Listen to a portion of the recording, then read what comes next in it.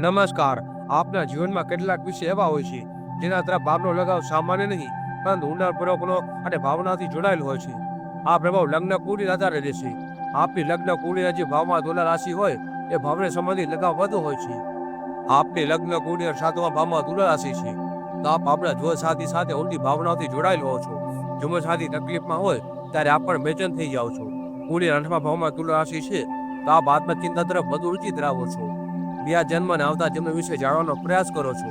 કુળના 9મા ભાવમાં તુલા રાશિ છે તો ભાગ્ય પર વધુ વિશ્વાસ કરો છો. જીવનમાં થતી ઘટનાઓને ભાગ્ય અને નસીબ સાથે જોડો છો. કુળના 10મા ભાવમાં તુલા રાશિ છે તો આપ આપના કેરિયર પર વધુ ધ્યાન આપો છો. કેરિયર બનાવવા માટે યોજનાઓ બનાવ્યા કરો છો.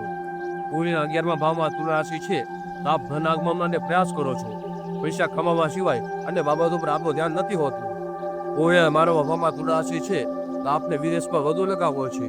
વિદેશ વ્યાપાર અને વિદેશ વસવાટની ઈચ્છા વધુ ધરાવો છો.